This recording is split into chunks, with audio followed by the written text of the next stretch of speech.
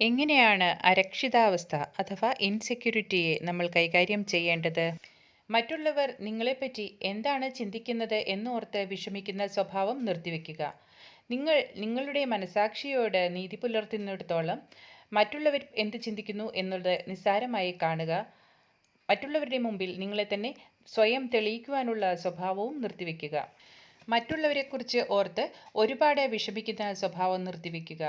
നിങ്ങളെ മറ്റുള്ളവരുമായി താരതമ്യപ്പെടുത്തരുത്.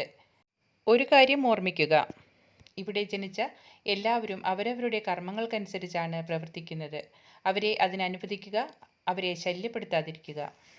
വിവേചനമില്ലാതെ ഇന്ദ്രിയ അനുഭൂതി നൽകുന്ന സാധനങ്ങൾക്ക് പിന്നാലെ ഓടാതിരിക്കുക. പഞ്ചേന്ദ്രിയങ്ങൾ നമ്മുടെ മനസ്സിനെ നിയന്ത്രിച്ചു തുടങ്ങുമ്പോൾ ബൗദ്ധിക തലത്തിലേക്ക് തിരികെ മനസ്സിനെ കൊണ്ടുവരിക.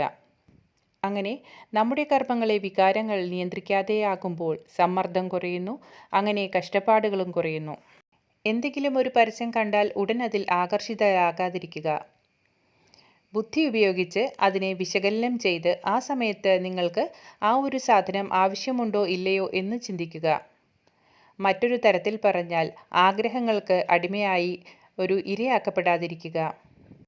നിങ്ങൾ ഒരു സാധനം വാങ്ങുന്നത് അതിൻ്റെ യഥാർത്ഥ മൂല്യം ചിന്തിച്ചിട്ടായിരിക്കണം, അല്ലാതെ പുതിയ പുതിയ മോഡലുകൾ ആകരുത് ഒരു സാധനം വാങ്ങുന്നതിൻ്റെ മാനദണ്ഡം. നിസ്വാർത്ഥമായി സേവനം ചെയ്യുക.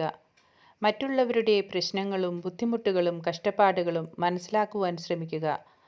ഈ സമൂഹത്തിനും ഈ രാജ്യത്തിനും നമ്മെക്കൊണ്ട് പ്രയോജനമുണ്ടാകുന്ന രീതിയിൽ ജീവിക്കുക. നിങ്ങൾക്ക് കഴിയുമെങ്കിൽ ഈ ലോകത്തിന് മുഴുവനും സേവനം ചെയ്യാൻ പറ്റുമെങ്കിൽ അത് ചെയ്യുക.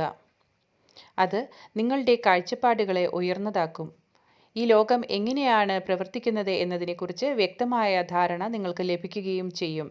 അത് നിങ്ങൾക്ക് ഉയർന്ന അവബോധമുണ്ടാക്കും. താൽക്കാലികമായ കാര്യങ്ങൾ നിങ്ങളെ ബാധിക്കുന്നത് നിൽക്കുകയും ചെയ്യും. ജീവിതത്തിൻ്റെ അരക്ഷിതാവസ്ഥ മൂലമുണ്ടാകുന്ന നിരാശ ഇല്ലാതെയാക്കുവാൻ ഏറ്റവും നല്ല ഒരു മാർഗമാണ് നിസ്വാർത്ഥ സേവനം. നിസ്വാർത്ഥ സേവനം നിങ്ങൾ കഴിയുമെങ്കിൽ നേരിട്ട് തന്നെ ചെയ്യുക. അത് നിങ്ങൾ അനുഭവിച്ച് അറിയുക. അരക്ഷിതാവസ്ഥയെ മറികടക്കുവാൻ മോഹൻജി പറഞ്ഞ ചില മാർഗങ്ങളാണ് നിങ്ങൾ കേട്ടത്. നന്ദി, നമസ്കാരം.